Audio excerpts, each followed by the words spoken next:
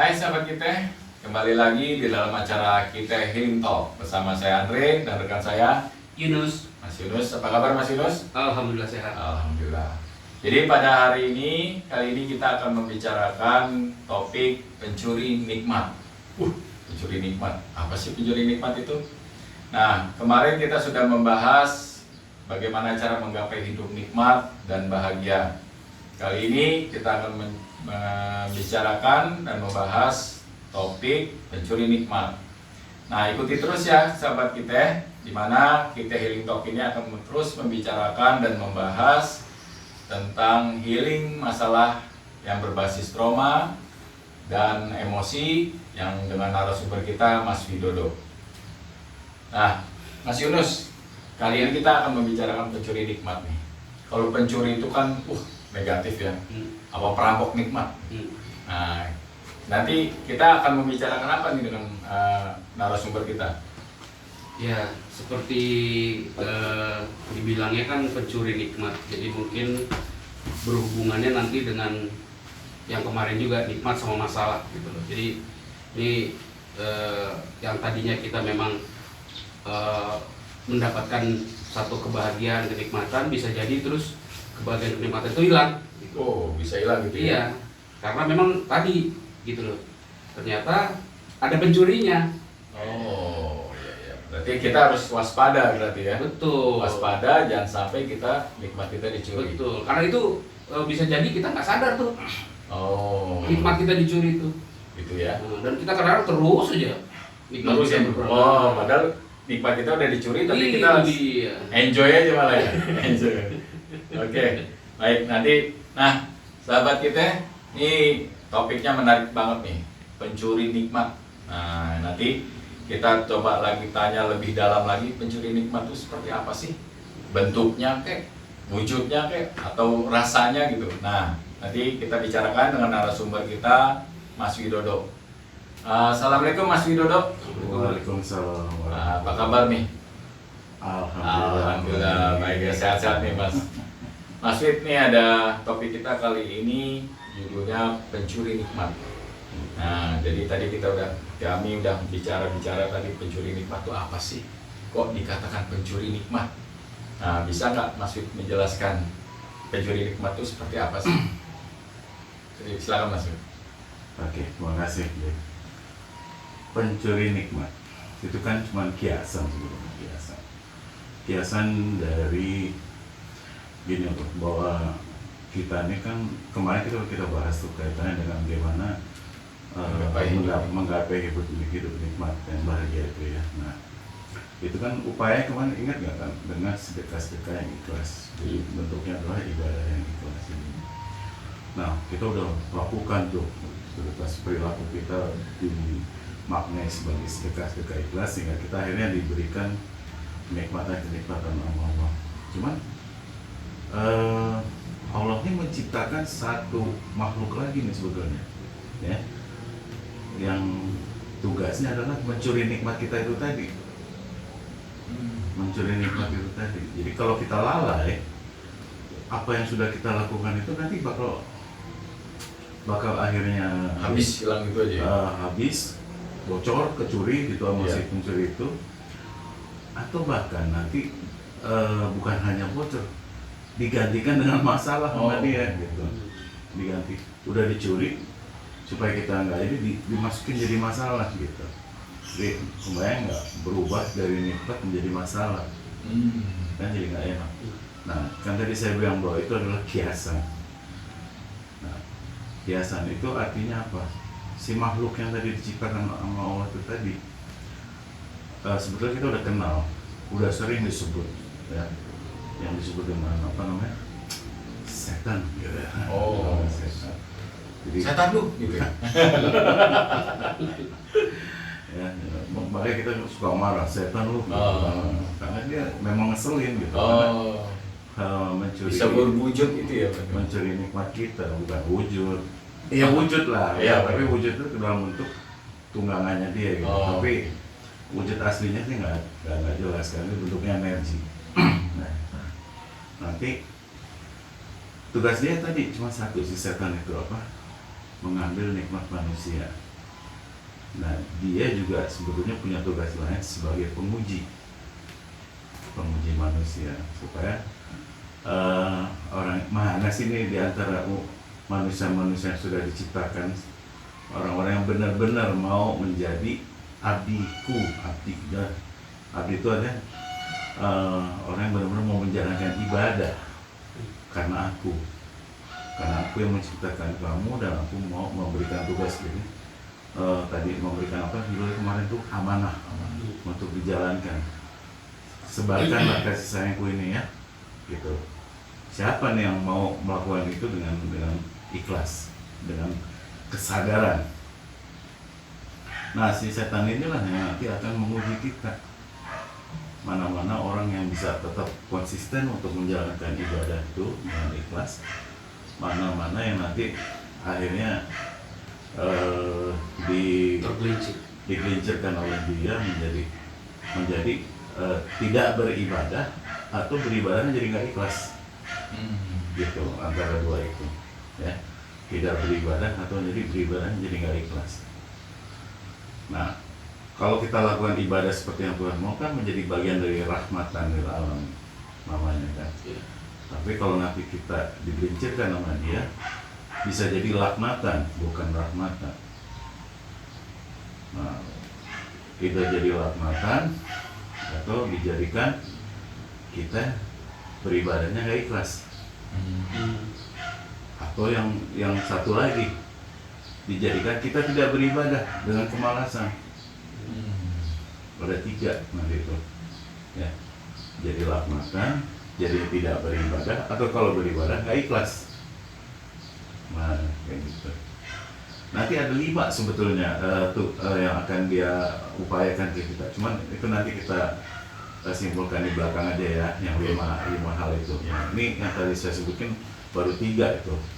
Nah, tapi yang paling penting ini adalah bahwa kita harus sadar ada pencuri, ada pengganggu nikmat manusia ini, yaitu yang namanya setan.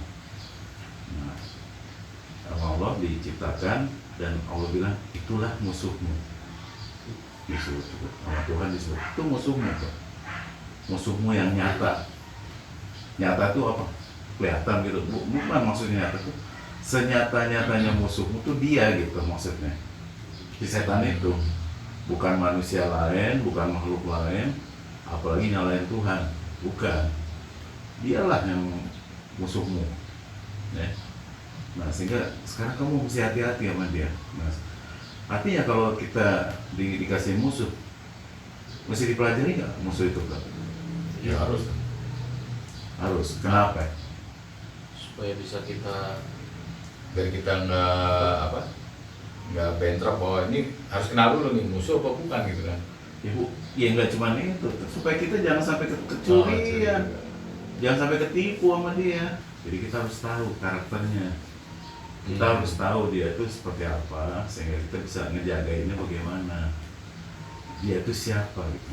Ya bayangin aja kalau analoginya bahwa kita disuruh berperang, suruh perang nih, dia datang ke medan perang, tapi kita nggak tahu, waktu ada briefing musuh kita nggak ngikut.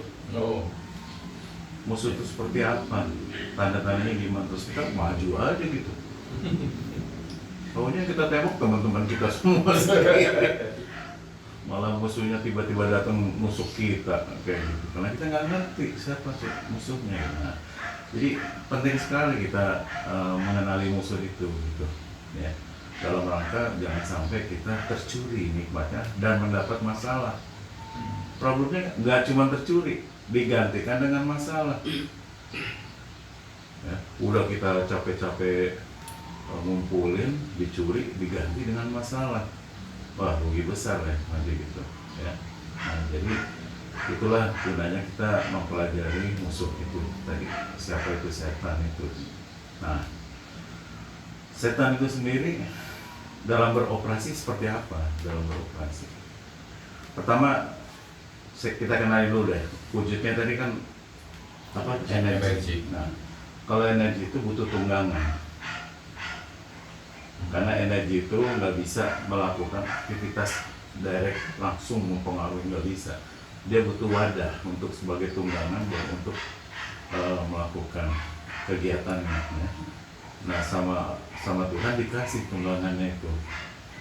Kalau di agama Islam jelas disebutkan waswisu fisudurinas minal jin natimana. Jadi tunggangannya itu dua, antara jin atau manusia. Jadi manusia itu hati-hati, kita bisa ditunggangi sama dia, ya, menjadi setan. Jadi manusia yang kesetan nanti mempengaruhi orang-orang lain supaya kesetanan juga gitu. Karena energi itu kan sifatnya menular. Iya. Energi, nah ini energi negatif. Jadi menular kepada yang lain-lain. Targetnya siapa? Manusia. Bukan yang lain, cuman manusia. Nah, terus tunggangan utamanya siapa? Namanya jin.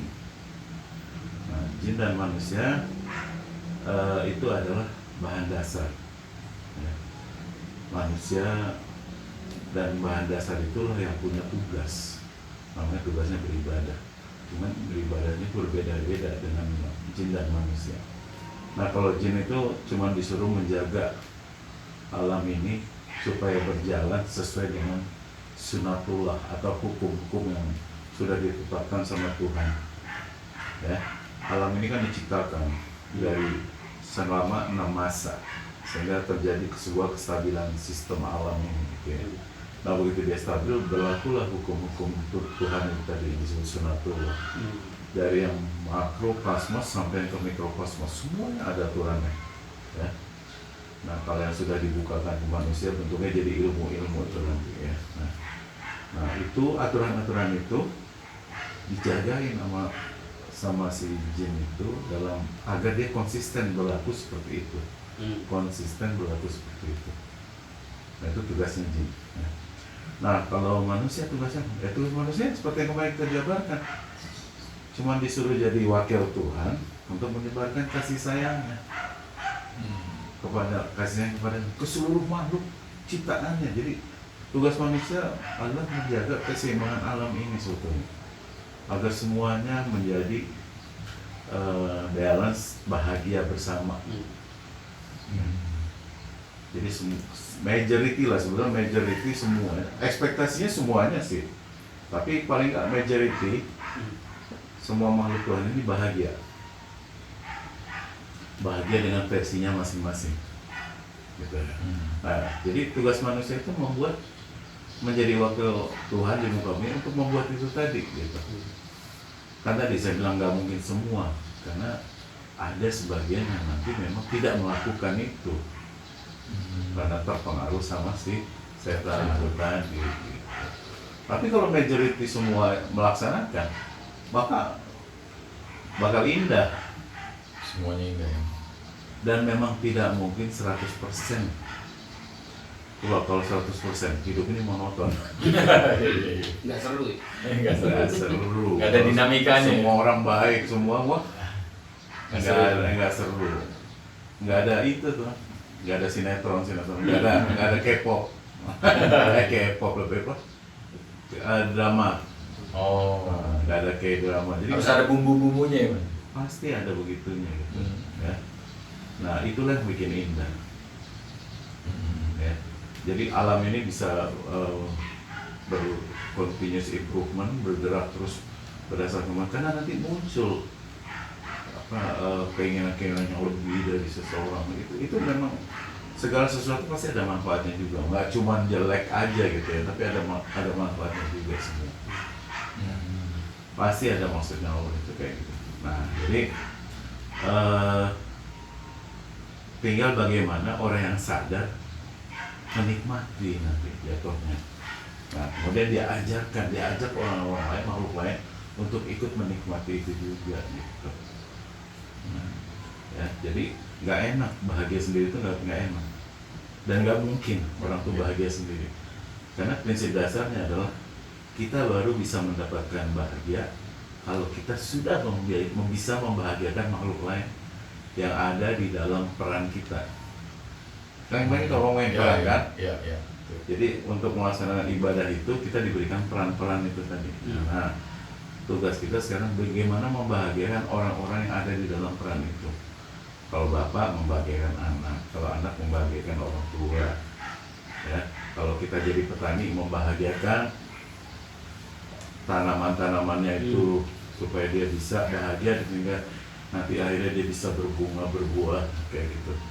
Begitu mereka bisa berbunga berbuah, baru kita bahagia si petaninya. Jadi prinsipnya orang yang di dalam peran itu udah dibikin bahagia, baru kita bisa dapat bahagia.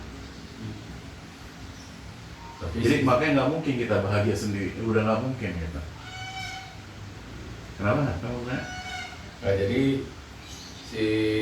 makanya si setan ini selalu menggoda kita untuk supaya nggak nikmat ya. Gimana caranya digoda terus supaya nggak nikmat gitu. Jadi modusnya seperti itu ya Mas, jadi pencurinya gitu ya. Iya. Jadi ada dua tadi kan, membuat kita tidak ikhlas atau kita tidak melakukan apa-apa gitu. Malah tidak melakukan sama sekali peran kita malah ya. Ada tiga tadi kan, yang udah saya sebutkan. Atau kita malah berkebalikannya, menjadi laknatan, melawan malah gitu. Membuat menjadi sumber ketidakbahagiaan banyak orang gitu, masalah buat banyak orang. Gitu. Benar-benar melawan. Ya, itu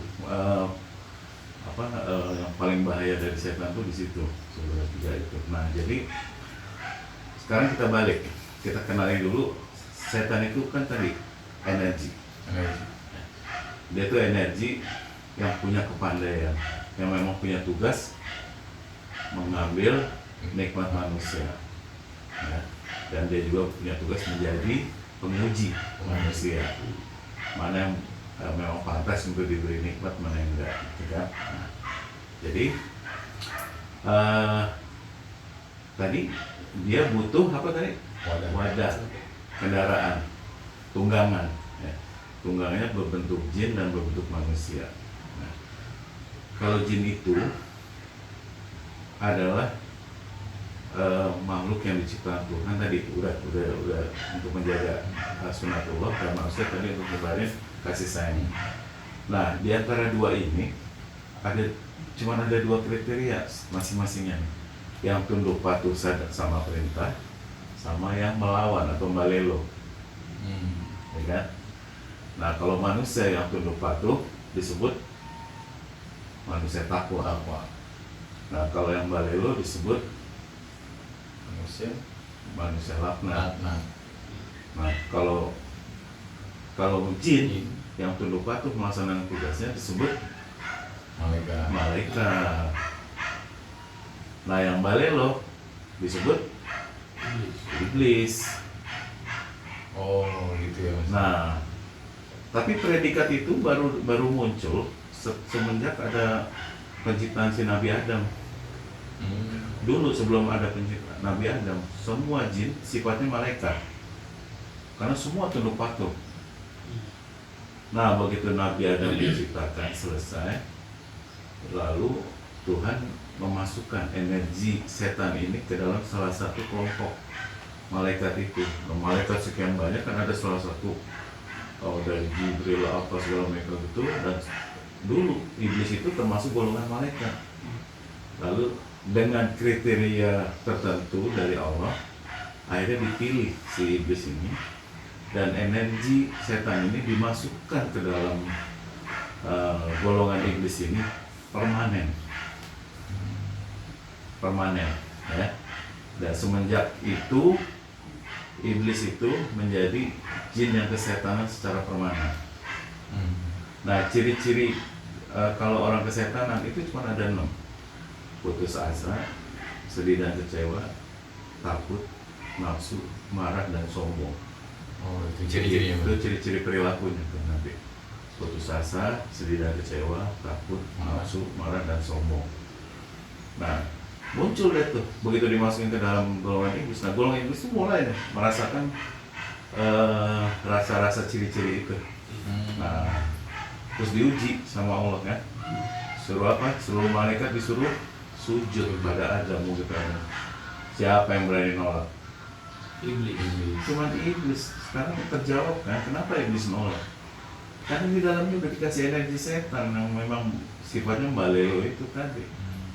Sehingga dia punya kesombongan, kemarahan, punya ketakutan, nafsu. Kalau yang lain-lain enggak, udah dia nggak mikirin apa, fokus malaikat yang lain ngejalanin tugasnya aja.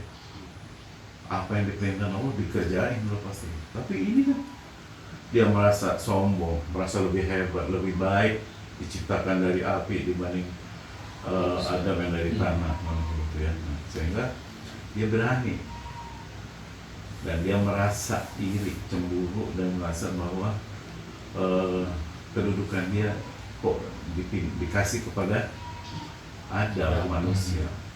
Cintanya Tuhan dipindahin ke situ. Cemburu banget, dia marah sekali, marah. Sehingga dia berani menentang karena putus asa. Dia menentang, gak mau dia sujud. Padahal itu memang skenario-nya, skenario Tuhan yang begitu, ya. Dalam arti apa? Dia lagi merubah apa? Job desk-nya. Dari tadi malaikat yang penduduk Zalet dijadikan jin yang balelo, yang memang nanti akhirnya dengan kemarahannya itu dia berjanji untuk mengganggu Adam sampai kiamat, anak cucu Adam sampai kiamat. Dikasih nggak sama Tuhan? Kasih sama sekali. Dikasih umur, Oke. dikasih perpanjangan waktu, dikasih juga. Ya, karena memang itu sekarang tugasnya. Jadi representatif dari setan dimasukin ke dalam iblis. Karena dia butuh wadah si setan ini. Nah ya, wadahnya si iblis itu.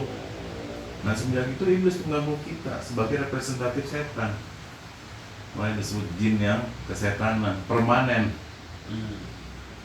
Gitu. Nah, Jadi iblis itu bukan rajanya setan ya, Mas? dia kendaraannya setan. Oh, kendaraan setan. Lebih tepatnya kendaraan Kendaraan setan. setan. Bukan rajanya setan. Bukan rajanya setan. Ya. Gitu. Karena setan itu cuma satu, makhluk setan itu. Energi Cuman itu ya. dia pakai kendaraannya makhluknya namanya iblis. Oh. Golongan iblis ya. Golongan Iblis iblis. itu macam-macam. Oh, banyak sekali di dalamnya jenisnya. Ifrit lah apa sampai tuyul segala itu masuk dalam golongannya kayak gitu. Ya. Nah, itu semua tugasnya cuma satu. Menggelincirkan manusia, mencuri nikmat manusia Dan menggantikannya dengan masalah. dan menggantikan masalah. Orang yang biara tuyul, masalah ujung-ujungnya semua. Hah? Cuma dapat kesenangan tapi Kesenangan sedikit tapi ujung-ujungnya masalah. Iya.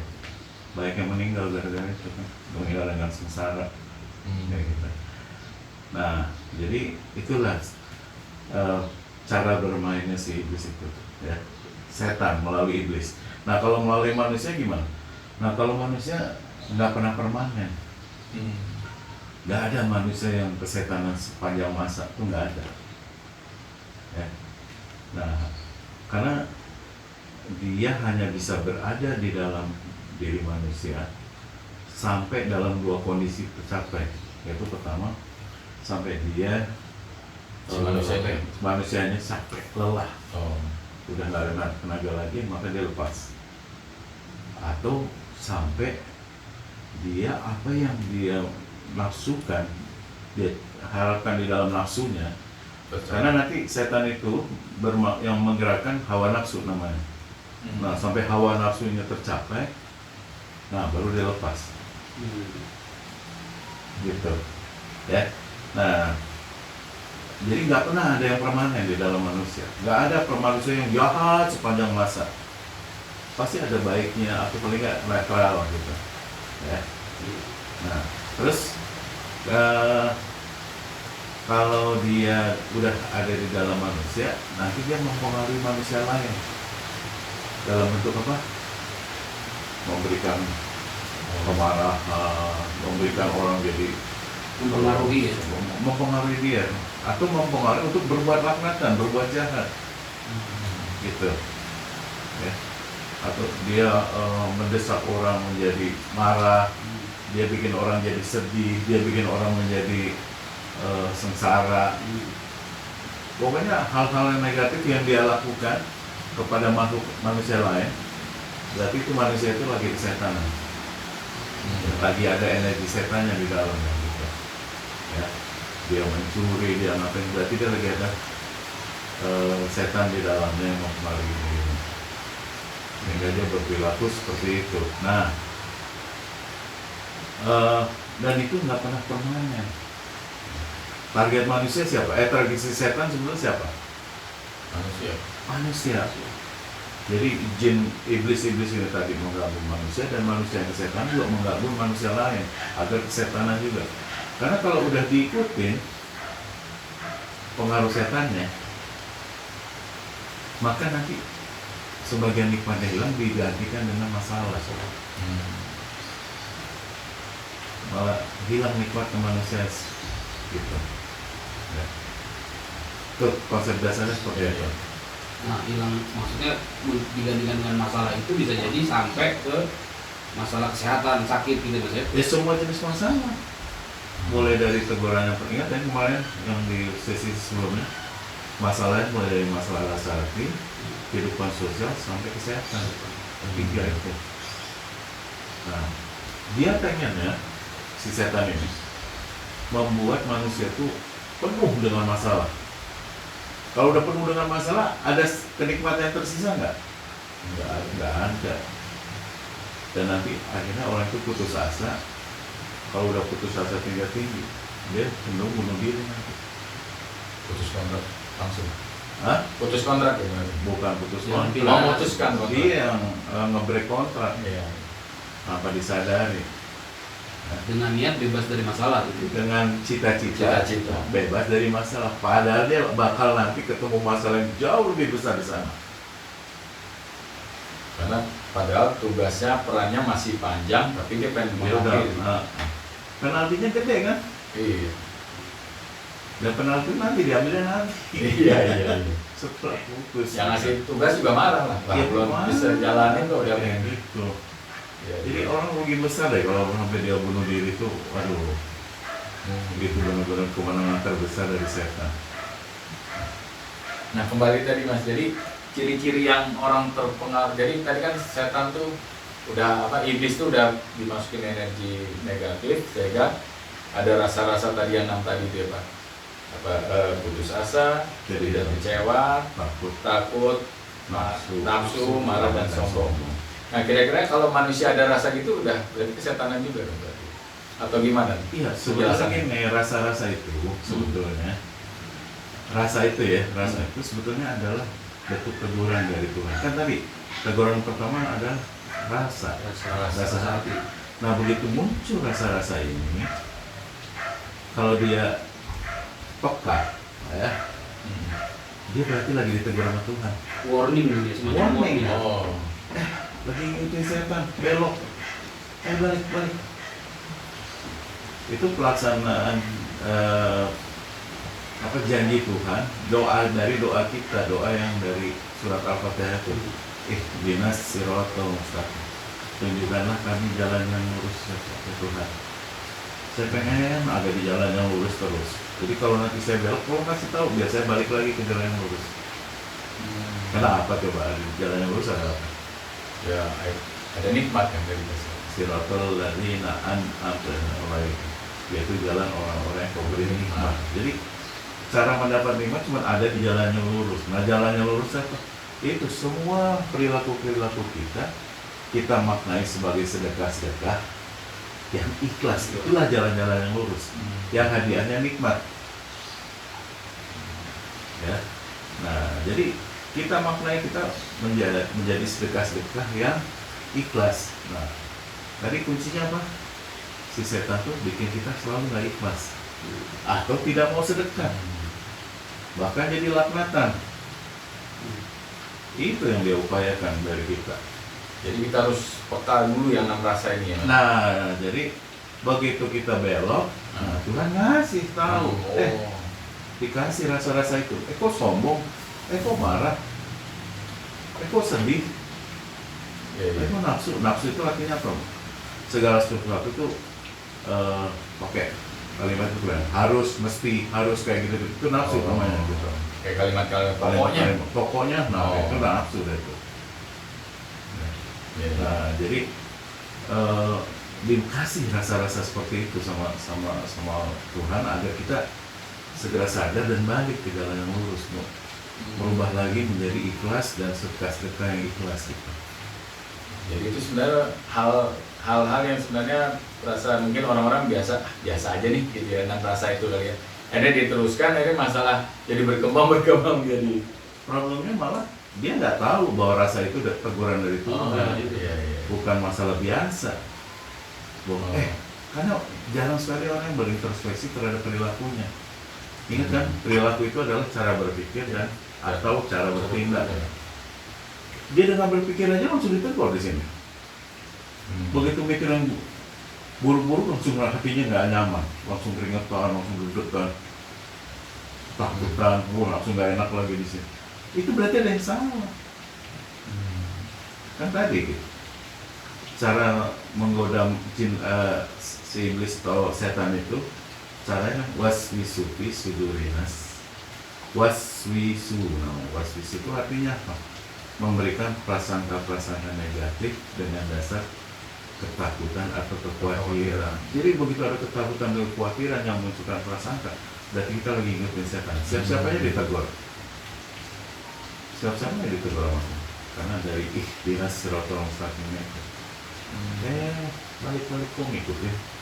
Nah, teguran itu pasti sesuatu yang nggak nyaman, bukan sesuatu yang nyaman. Iya pastilah. Kalau Makanya teguran, rasa hatinya langsung jadi nggak nyaman. Gitu. jadi karena Tuhan itu baik, Allah itu baik, sayang sama kita, buru-buru ditegur supaya nggak terlalu jauh gitu. Supaya jangan terlalu jauh. Nanti kalau jauh, tegurannya meningkat jadi masalah sosial. Kalau diabaikan lagi, meningkat lagi jadi masalah kesehatan kan. Seperti yang kemarin udah kita bahas. Jangan. Jadi Allah tuh dari awal udah ngejagain kita. Cuma kitanya ngerti apa enggak. Akhirnya penyesalan di belakang. Selalu. Tidak ada penyesalan di depan. Ya. Nah, karena akhirnya kita tahu bahwa kita mengikuti mengikuti bisikan-bisikan setan itu, akhirnya kita keluar dari jalurnya Allah. Jadi kan ada dua tadi, jin dan manusia. Nah kalau jin itu dia memberikan bisikan-bisikan di sini, prasangka, ya prasangka. Jadi dia tuh bakal bekerja 24 jam nggak habis-habisan ya, menggoda kita gitu ya. Karena dia representatif murni dari setan, si iblis itu. Ya. Nah, dia akan bekerja habis-habisan. Nah, kalau nanti lewat manusia bikin orang kesel, bikin orang apa sedih dengan perilakunya, nah kan si iblisnya tinggal ngasih masukan. Tuh kan kurang ajar, dia malu kan, dia gini kan. Dia menyimpulkan di sini, menyimpulkan dalam bentuk prasangka, tapi ada ketakutan nanti dia gini-gini, awas kita nggak kebahagiaan, nanti nggak diakuin orang, nanti harga diri kita nggak dianggap, nanti segala macam kayak gitu. Dan akhirnya kita nerima, udah deh kita ngelakuin sesuatu yang Allah nggak akan suka, Negatif jadi. pasti negatif kalau udah ngikutin setan. Karena tujuan dia tadi nyuri nikmat kita diganti sama masalah, Nyuri terus jorokin. karena begitu dia belok kita ditegur kan sama Allah. Nah diganti sama masalah namanya gitu. Itu cara kerja dia, hati-hati ya. Nah dengan prasangka itu lebih gawat lagi, nanti jadi doa. Prasangka negatif bisa mendarat jadi doa Tanpa disadari ya mas. Tanpa disadari. Dan doanya kalau dari setan pasti Negatif. Nikmatin deh tuh doa negatifnya nanti. Loh, bukannya Allah cuma doa positif aja mas? Nggak ada, kan kalimatnya simpel. Berdoalah kau, niscaya akan kukabulkan. Mintalah kau, pasti akan kuberi. Mau minta apa? Bukan yang positif-positif kan disebutnya enggak. Berdoa aja atau minta aja. Mau yang negatif positif pasti dikasih. Pasti dikabulin. Wah, pasti hati-hati kita tuh mas. Nah dari prasangka menjadi doa itu gimana mas? Nah prosesnya gini. Kita pernah dengar nggak kalimat bahwa Allah itu bersemayam di kolbu? Pernah kan? Kolbu itu ini, namanya jantung hati. Bukan cuma jantung, bukan cuma hati, tapi jantung hati. Ini jantung hati, yang ini bukan hati, ini lever. Oh, iya. Nah, orang suka salah di sini bilang hati, bukan, ini lever. Nah, ini namanya jantung hati. Makanya sakit hati sini, agak di sini. Ya di sini. Aduh, hati saya sakit. Kalau bener di sini, hati, aduh sakit hati. Kan harus begini. Tapi yang dipegang di sini. Iya. Sakit jantung hatinya lagi nggak nyaman. Sakit hati namanya disebut. Nah, jadi di sini. Nah, apakah disebut Tuhan itu ada di dalam sini hati jantung hati? Bukan. Itu kiasan lagi. Bahwa Tuhan berkomunikasi dengan makhluk yang namanya manusia itu lewat jantung hatinya, pakai bahasa yang namanya bahasa kolbu. Bahasa kolbu wujudnya namanya rasa. Jadi kalau kita berlaku yang nggak benar, akan dikasih rasa-rasa yang nggak nyaman di sini. Tapi begitu berlaku yang benar seperti apa yang dia mau, dikasih di sini lega, nikmatnya rasanya gitu, plong, rasanya kayak gitu, ya. Nah, jadi komunikasi itu dari situ. Nah, kita mau mohon sesuatu pun harus mereferensinya apa yang diminta, rasanya, rasa yang diminta. Saya pengen punya mobil ya Tuhan, saya pengen punya mobil. Terus kalau punya mobil apa? Kenapa pengen? Saya senang sekali, bahagia saya. Baru muncul rasa kan. Tapi kalau saya pengen punya mobil ya Tuhan, tapi di sini nggak muncul, nggak jadi doa. Karena Tuhan hanya melihat rasa ini. Oh itu yang kamu, dia nggak ngelihat ucapan kita, dia nggak ngelihat pikiran kita. Allah tuh, Tuhan tuh. Ya. Yang dia baca benar-benar apa yang muncul rasa di jantung hati itu. Jadi kalau doa nggak pakai rasa, nggak jadi doa. Ya sekarang makanya mau baca doa tapi cuma ngikut aja nggak muncul. Ngapain? Buang-buang energi doang. Makanya nggak dikabul-kabulkan ya? Iya. Ya bukan karena ngikut aja. Karena ngikut aja. Iya. Coba deh. Doa yang makbul, doa siapa aja kira-kira? Doa ibu. Doa ibu. Satu lagi? Dari orang terzolimi. Dua orang terzolimi. Pakai rasa nggak kira-kira? Pakai. Pasti pakai rasa mereka berdua itu. Makanya disebut makbul. Karena rasanya pasti kencang. Iya. Buat anaknya. Ini buat orang yang disebelin, dizolimin. Iya. Pasti kencang rasanya. Jatuh loh, pokoknya begitu sambil ngomong ada ekspresinya muncul lagi rasanya. Kenceng banget, jatuh gitu. Ya, hati-hati jangan ngezolimin orang. Iya. Itu jadi salah satu upaya si setan itu tadi menggelincirkan kita agar kita tanpa disadari berdoa negatif. Atau kalau perlu disadari malah. Sampai ke sana juga. Wah kalau benar-benar sampai sadar doa negatif, udah itu hebat banget tuh. Jadi udah mempengaruhi orang itu sedemikian rupa sehingga saking bencinya, saking keselnya dia mendoakan yang negatif. Pakai rasa. Kalau nggak pakai rasa nggak jadi. Ya. Ciri-cirinya tuh selalu kalau ada upaya setan tuh dengan munculkan waswisu itu salah satu cirinya apa? Muncul kemarahan, kebencian, gitu. Ya, ketakutan. Ketakutan udah pastilah. Dasarnya ketakutan. Tapi takut apa? Takut nggak kebahagiaan, takut nggak dianggap, takut nggak dicintai. Takut nanti gua nggak pernah dikasih kesempatan. Wah, bentuk-bentuk ketakutan apapun, itulah caranya setan itu. Makanya kalau di Al-Baqarah disebut dengan takutan akan kemiskinan. Cuma buat kemiskinan harta benda itu tadi. Nggak cuma itu maksud saya. Bisa jadi juga miskin harta benda, tapi harta non bendanya juga. Miskin. Iya. Dia kita nggak kebagian ini, nanti nggak disayangin, nggak disayang. Ya. Itu harta non bendanya gitu. Kemiskinan itu, nah itulah cara kerja si setan itu kan membuat kita putus asa. Yang terakhir itu membuat kita jadi putus asa. Tadi begitu dipenuhi dengan masalah-masalah jatuhnya putus asa. Atau satu masalah tapi berat buat dia bikin putus asa juga. Karena kenapa? Titik baliknya tuh justru udah sampai putus asa. Kayak si setan itu udah putus, si iblis begitu dia putus asa, dia langsung demo sama Tuhan. Jadi kalau orang sudah sampai putus asa, dia akan bertindak negatif. Dia pasti akan action, tapi actionnya pasti negatif, nggak konstruktif. Jadi kalau doa itu memang harus pakai rasa. Jadi harus sinkron nih Mas. Pikiran, mulut, sama rasa hati ya. Oh iya dong. Jangan. Karena apa? Tuhan tuh nggak ngelihat yang dua yang lain, mulut sama pikiran nggak dilihat. Yang dilihat cuma tuh rasa. Cuma hati, perasaan. Ya, rasa hati. Ya. Jantung hati. Jantung hati. Begitu dia mulai rasa itu, oh itu yang diminta, langsung dikerjain. Oh. Nah, kecepatannya tergantung seberapa besar rasa itu bisa muncul. Begitu makin besar, makin mengkul, makin cepat gitu terjadinya. Iya, iya. Itu kunci doa tuh begitu tuh. Ya. Kayak harus pakai rasa yang besar, yakin gitu. Pakai yakin berarti yakin. Kalau minta sama Tuhan nggak yakin, jangan minta. Iya, iya, iya. Nggak jadi. Iya, iya.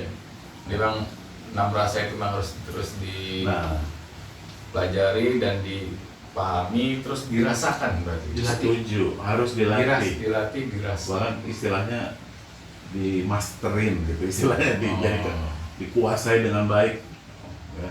Dikuasai dengan, sehingga kita cepat bisa balik, jangan sampai naik ke masalah tingkatan eskalasi berikutnya, masalah sosial maupun kesehatan. Saya sombong, saya marah, kenapa saya jadi sedih ya, kenapa saya jadi putus asa. Itu tuh harus dikuasai benar tuh.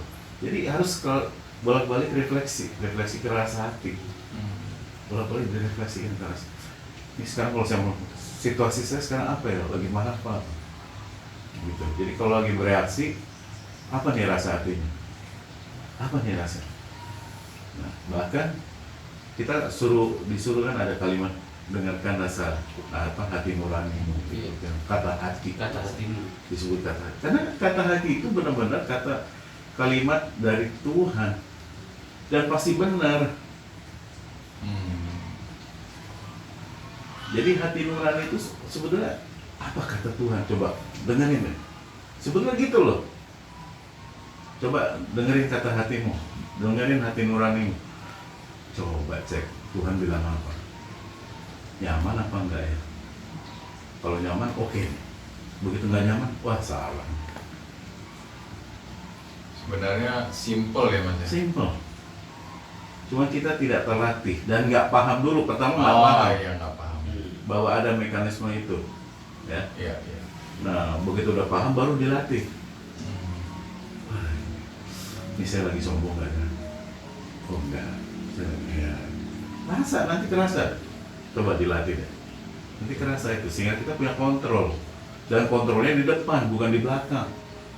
Sehingga akhirnya nggak keterusan istilahnya, gitu, nggak kebablasan. Jadi dengan tobat yang istighfar aja udah cukup. Karena kalau udah kebablasan nggak cukup dengan istighfar. Nanti ada mekanismenya ya di episode berikutnya, nanti kita sebutin kenapa nggak cukup dengan istighfar. Nanti kita bahas nanti di sana. Nah sekarang kita kasih tahu dulu aja bahwa itu akan begitu caranya. Konsekuensinya jadi akan seperti itu. Kira-kira apalagi yang usahanya si setan itu yang akan mengganggu manusia lagi Mas? Kira-kira dalam hidup kita ini, di dalam perilaku kita ini. Dia cara ganggu kita itu sebenarnya ada 5 cara. Tadi kan udah kita sebut 3 ya. Sebenarnya ada 5 cara sebetulnya. Nih, dalam rangka apa? Membuat manusia hidupnya jadi gak nyaman, gak nikmat. Cuman itu aja. Begitu gak nikmat dan diganti dengan masalah. Okay. Nah, yang pertama dibikin jadi laknatan. Udah deh, nggak jadi rahmatan, isinya ngaco buat ngancurin apa, ngebawa orang jadi rusak, alam jadi rusak, manusia jadi rusak. Mau pakai narkoba, mau pakai apa, miras, pakai apa gitu ya. Dia merusak hutan, merusak alam. Lalu yang kedua, dia pakai supaya kita tidak melakukan ibadah, malas ibadah dan tidak mau melakukan ibadah, malas ibadah.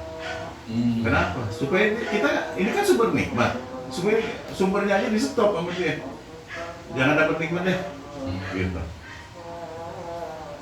Ya, nggak laknatan tapi nggak dapat nikmat. Nanti ujung-ujungnya kan kita disuruh mempertahankan, dikasih harta tadi yang bentuk kasih sayangnya. Kalau hartanya nanti menurut Allah atau menurut Tuhan kebanyakan ada di kita, nggak dibagi-bagi, nggak dikerjain, nanti kan diambil. Akhirnya kita jadi memiskinkan diri. Dengan kemalasan itu kita lagi memiskinkan diri. Ya.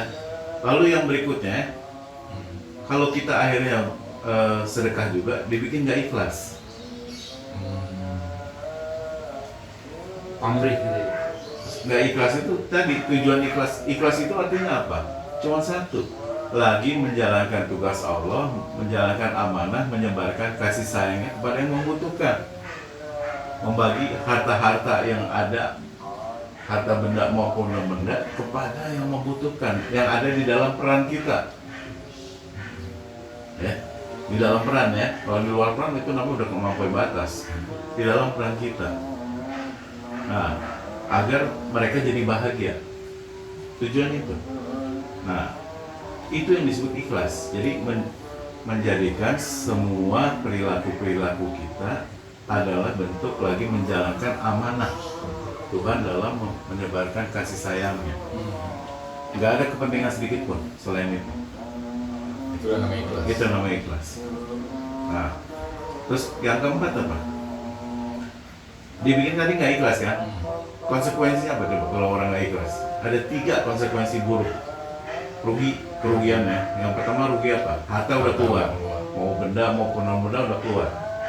Lalu yang kedua, karena tidak ikhlas nggak ada nilainya di mata Tuhan.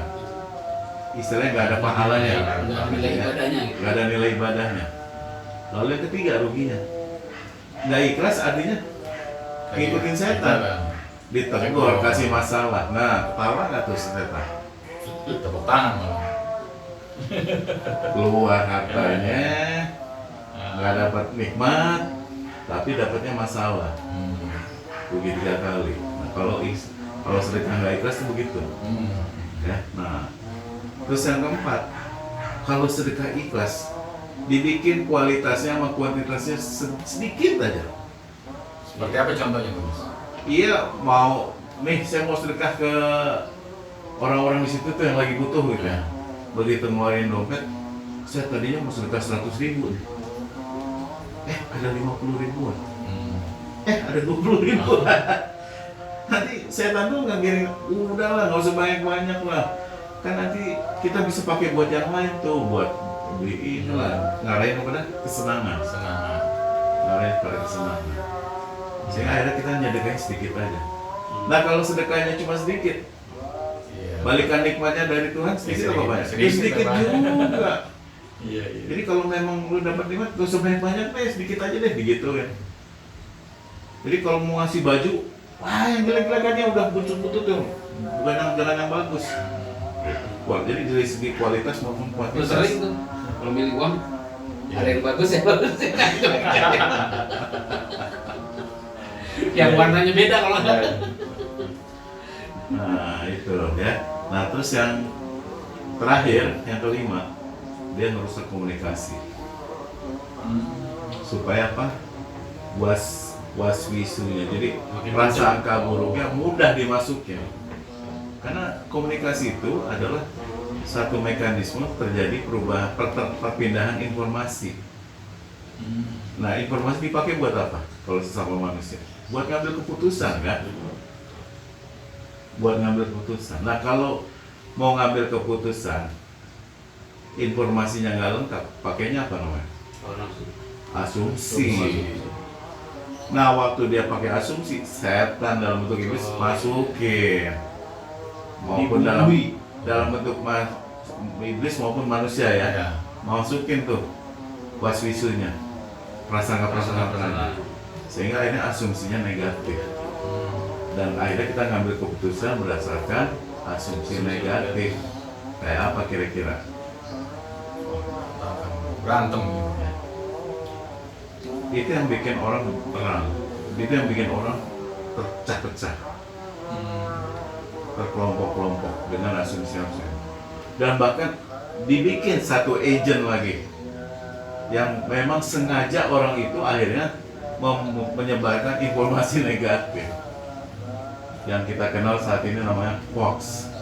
Oh. Itu agentnya setan. Sebarin informasi supaya apa? Resah semua orang. Resah itu apa? Rasa hati kan? Begitu orang resah nikmat nggak?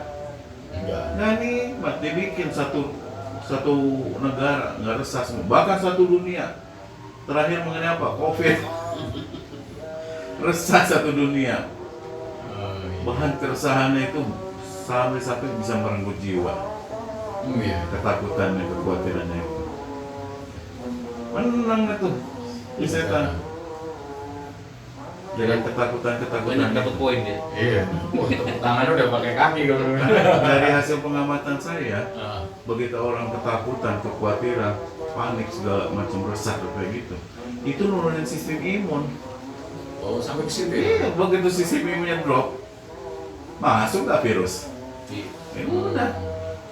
Makanya jangan khawatir deh kayak gitu-gitu, karena Tuhan sudah menciptakan manusia itu sempurna.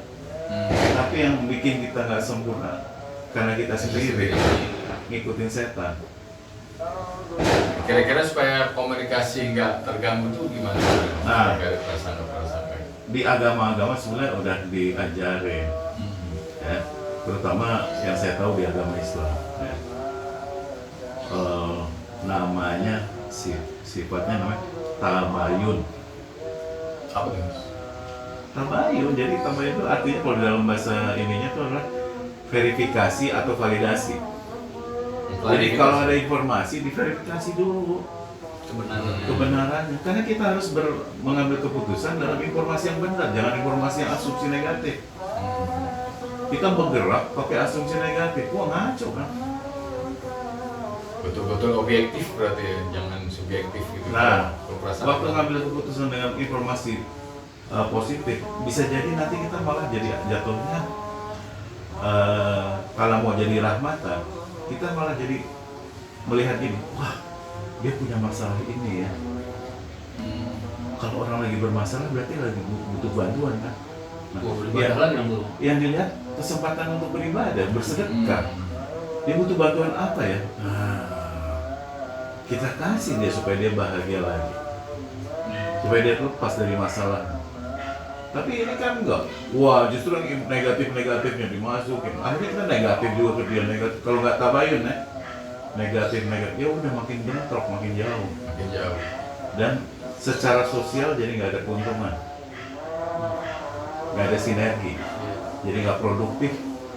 Satu kelompok sosial nggak produktif, rugi nggak? Makanya suka ada yang bilang ini, negara lain udah mikirin gimana pergi ke Mars, ke bulan, kita masih ngomongin masalah tata cara. Karena kita digeret di situ, dicemplungin ke situ sama setan, supaya kita berkutat di situ, berantem di situ. Jadi nggak mikirin lagi ke depan, jatuhnya jadi nggak produktif, jadi nggak rahmatan, dijauhin dari rahmatan. Ya, hati-hati. Nah, kira-kira gitu. Ada yang mau ditanya lagi? Jadi itu semua gara-gara si pencuri Si pencuri nikmat itu, si setan itu. Jadi nggak ada yang dari kita sendiri gitu nggak? Nggak ada. Maksudnya yang artinya bukan gara-gara setan. Oh, kita sendiri. Gitu. memang gara-gara kita, cuma gara-gara dipengaruhi oleh si setan. Ya, itu Kan kita yang ngambil keputusan. Ya, yang eksekusi kan kita ya. Kita yang ngambil keputusan dan kita mengeksekusi. Tapi siapa pengaruhnya? Karena nanti begitu kita laksanakan negatif, dia cuci tangan. Lah saya kan cuma ngasih tahu. Iya. Wah, jadi itu Saya cuma nggak maksa, saya nggak maksa. Saya Ngeles cuma ya? dia ngeles nanti tuh. Ngeles gitu.